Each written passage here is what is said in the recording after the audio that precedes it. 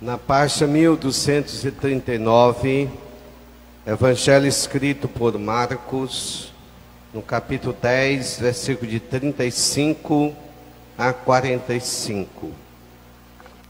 O Senhor esteja convosco. Ele está no meio de nós. Proclamação do Evangelho de Jesus Cristo, segundo Marcos. Glória a vós, Senhor.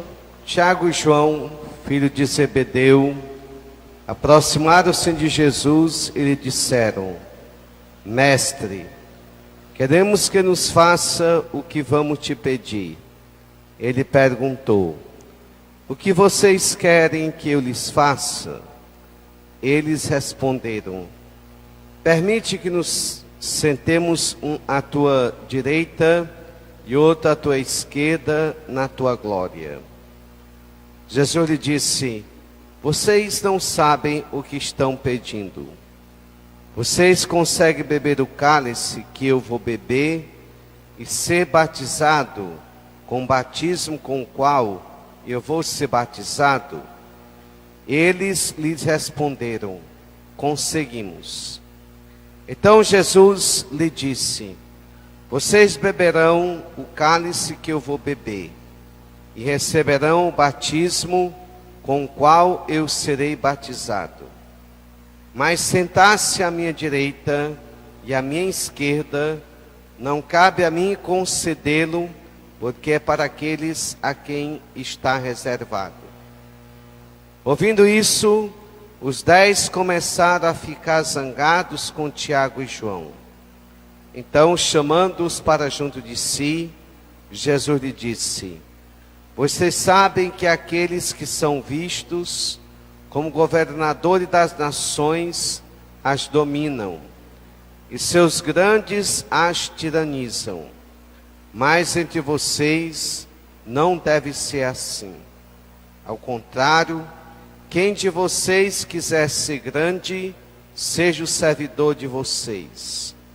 E quem de vocês quiser ser o primeiro, seja o servo de todos. Porque o Filho do Homem não veio para ser servido, mas para servir e dar a própria vida como resgate por muitos. Erguendo nossas Bíblias, palavra da salvação. Glória a vós, Senhor. Queridos irmãos, presentes aqui na igreja de Nossa Senhora do Perpétuo Socorro, caros internautas que agora através do Facebook da nossa paróquia estão acompanhando esta missa do 29º domingo do tempo comum.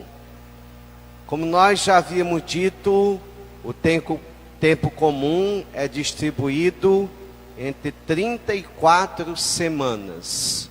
Estamos na 29ª semana do tempo comum.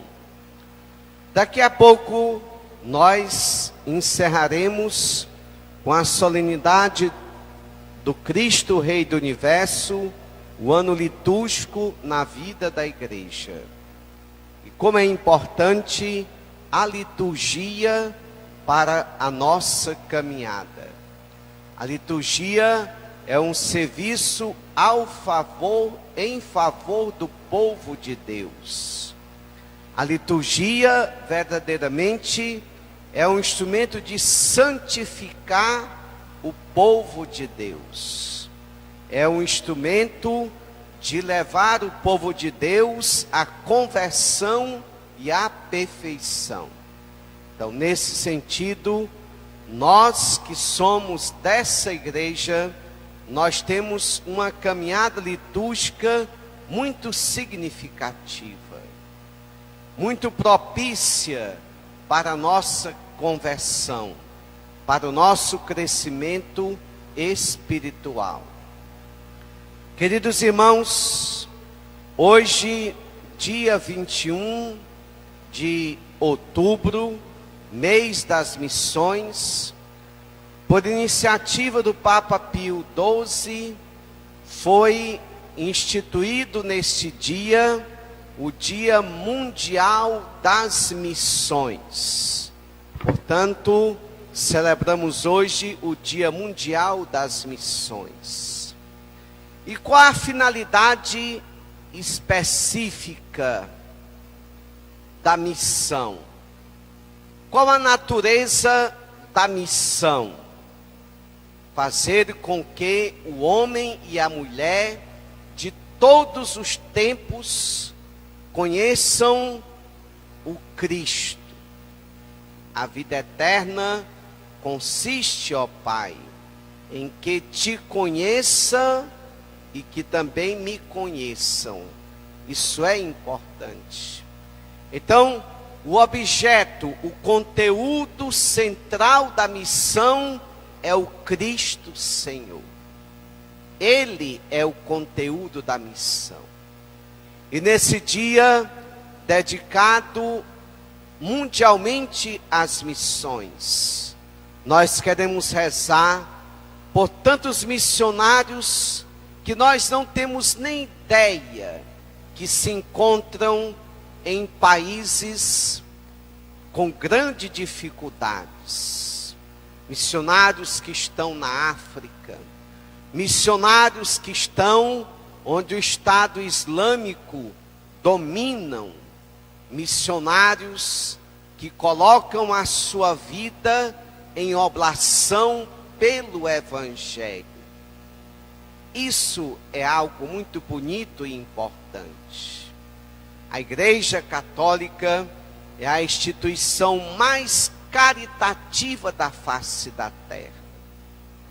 Só hospitais, a igreja tem mais de 1000 hospitais que gratuitamente atende o povo de Deus. Congregações como os camilianos, que trabalham nos hospitais junto aos enfermos. Temos tantas outras congregações que exercem a missão evangelizando e comunicando o conteúdo central da missão, que é o Cristo Senhor. Mas esse Cristo Senhor, ele é o Cristo total, é o Cristo completo. Há uma grande tendência de cairmos na tentação, e aqui na cultura pós-moderna, onde de fato o hedonismo, que é o prazer por ele mesmo, que extinguiu palavras como renúncia, palavra como sacrifício, palavra como cruz. Nessa cultura há uma tentação de desfacelar o Cristo, ou seja, é só o Cristo glorioso, é só o Cristo da glória, é só o Cristo do Monte Tabor. Como Pedro, mestre, bom estarmos aqui. Vamos armar 3 tendas, uma para ti, para Moisés e para Elias. Mas Jesus quer mostrar, e esse é o terceiro anúncio da sua paixão e morte na cruz. E a caminhada dos discípulos é uma caminhada cuja conversão e compreensão acerca de quem era o verdadeiro Cristo dar-se-á no dia de Pentecostes. O Espírito Santo irá revelar toda a verdade. Foi a partir de Pentecostes que os discípulos foram compreender que espécie de rei é Cristo, que espécie de Messias é Ele, que espécie de fato de reinado Ele veio estabelecer. Enquanto não, Jesus pacientemente faz uma caminhada com os discípulos que eram judeus, que estão com a cabeça impregnadas da cultura judaica acerca do Messias. Um homem que deveria ser guerreiro, derramador de sangue. Um homem que deveria destruir o império de Roma e tornar Jerusalém a capital do império. E é por isso, no terceiro anúncio da paixão, Tiago e João, os filhos de Zebedeus, de uma forma assim muito clara, eles chegam para Cristo e eles não pedem, eles determinam: nós queremos que o Senhor nos conceda um lugar à tua direita e à tua esquerda na tua glória. Mas lembre-se, a glória que está na cabeça dos filhos de Zebedeu, de Tiago e João, não é a glória celestial. O reino que está na cabeça de Tiago e João é o reino temporal, é o reino do poder, onde os governantes das nações mandam e dominam. E Jesus, ele leva os discípulos a um questionamento: vocês não sabem o que estão pedindo? Por acaso vocês vão beber o cálice que eu vou beber? Ser batizado no batismo que irei ser batizado? Qual é o cálice que o Cristo irá beber? Na primeira leitura, o profeta Isaías vai dizer que o servo de Deus vai ser macerado, massacrado, pilhado, vai padecer, trilhar o caminho do sofrimento. Na carta aos Hebreus, nós percebemos muito bem que nós temos um sumo sacerdote que experimentou na carne o sofrimento e viveu tudo o que vivemos, exceto o pecado. E por isso ele tem condições de vir em auxílio à nossa fraqueza. Jesus, queridos irmãos, aponta mais uma vez para os seus qual é o caminho que ele veio traçar.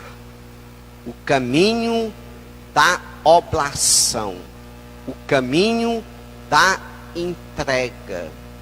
Papa João Paulo II já nos dizia que servir é o verdadeiro reinado.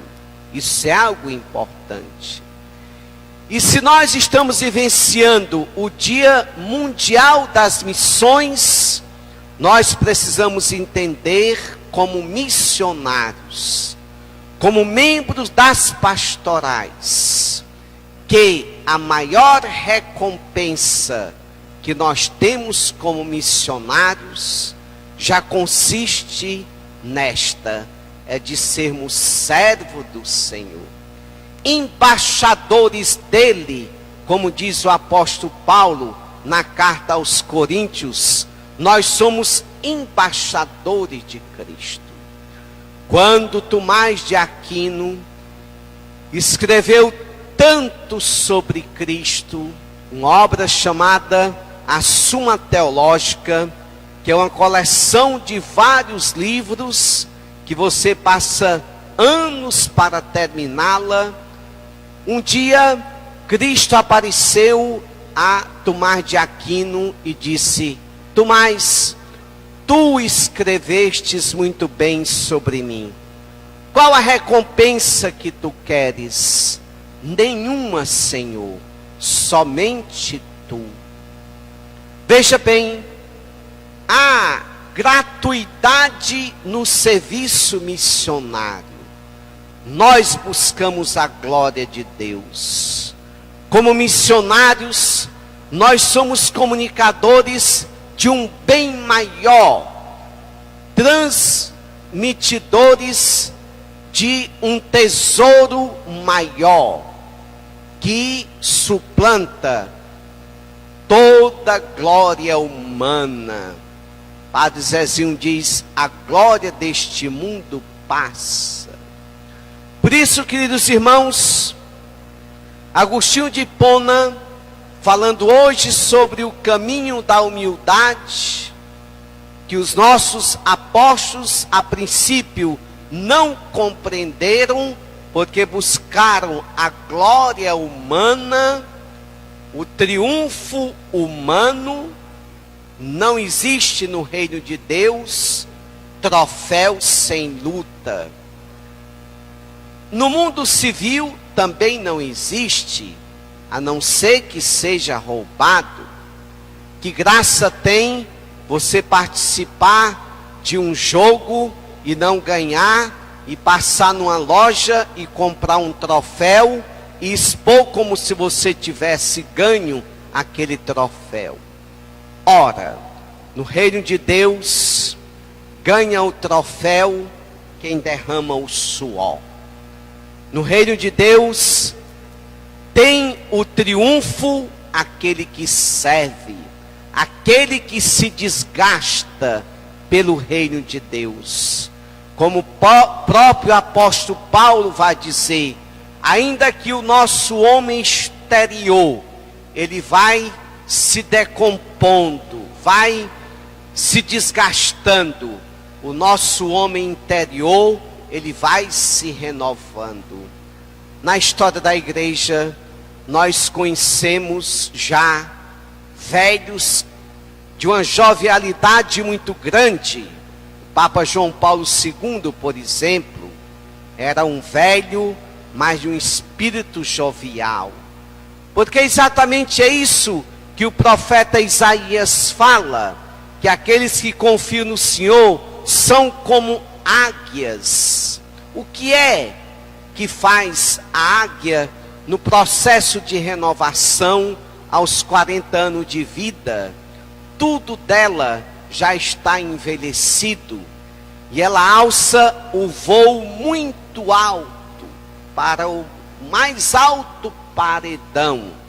E aí ela começa a bicar no paredão. E aí ela vai tirando tudo o que é velho. E de repente vai nascendo os pelos novos, bico novo. Então os que confiam no Senhor são como águias. Interiormente alçam voos enormes, não importando a idade. Isso é fundamental. Então, queridos irmãos, Agostinho de Hipona dizia: quanto mais o homem se humilha, mais Deus se acerca descendo a ele. O orgulho é um grande bloqueio entre mim e Deus, porque Deus não entende de orgulho. Quem entende de orgulho é o diabo. O diabo entende perfeitamente de orgulho. Você pode ser um homem orante, mas se não for humilde, não vencerá o diabo. Porque o diabo não entende o instrumento, ou de fato a arma chamada humildade. A humildade é a arma pela qual nós destruímos o diabo. Posto que o homem caiu por orgulho, Deus recorreu à humildade para o curar. Ele se esvaziou, como diz na carta aos Filipenses, tornando-se obediente até a morte e morte de cruz. Daqui a poucos dias nós celebraremos o Natal do Senhor. E o que é o Natal do Senhor? É o esvaziamento de um Deus que se fez homem. Enquanto no paraíso, aí nós vemos a queda de um homem que quis ser Deus. No Natal nós vemos o esvaziamento de um Deus que quis ser homem. E aí, queridos irmãos, nós vemos uma espécie de discussão entre os apóstolos. Os outros, de fato, recriminaram a atitude de Tiago e João, mas não porque eles entenderam de forma diferente, mas ao contrário, a inveja. Tiago e João quiseram os primeiros lugares. Agostinho de Hipona diz que a inveja é filha e escrava do orgulho. Por esses dois vícios, orgulho e inveja, o demônio é o que é. E aí, Agostinho nos convida a olhar a árvore. A fim de crescer para cima, primeiro ela cresce para baixo. Primeiro fica sua raiz na humildade, diz Santo Agostinho, na humildade da terra, para depois lançar seus galhos aos céus. Então, Agostinho nos convida a olhar o exemplo da árvore, que primeiro cresce para baixo, para depois lançar os galhos para os céus. Isso é importante. Quero abraçar também todos os ouvintes da Rádio Gênesis FM, que estão acompanhando a missa do 29º domingo do tempo comum, e dizer para todos nós, queridos irmãos, nesse dia em que celebramos a missão, que para nós cristãos, verdadeiramente a glória está no servir. A recompensa está em ser dele, em pertencer a ele. E como missionários e missionárias do reino de Deus, nós o servimos para a glória de Deus, trilhando o caminho da humildade que leva-nos a apontar a ele e não a nós mesmos.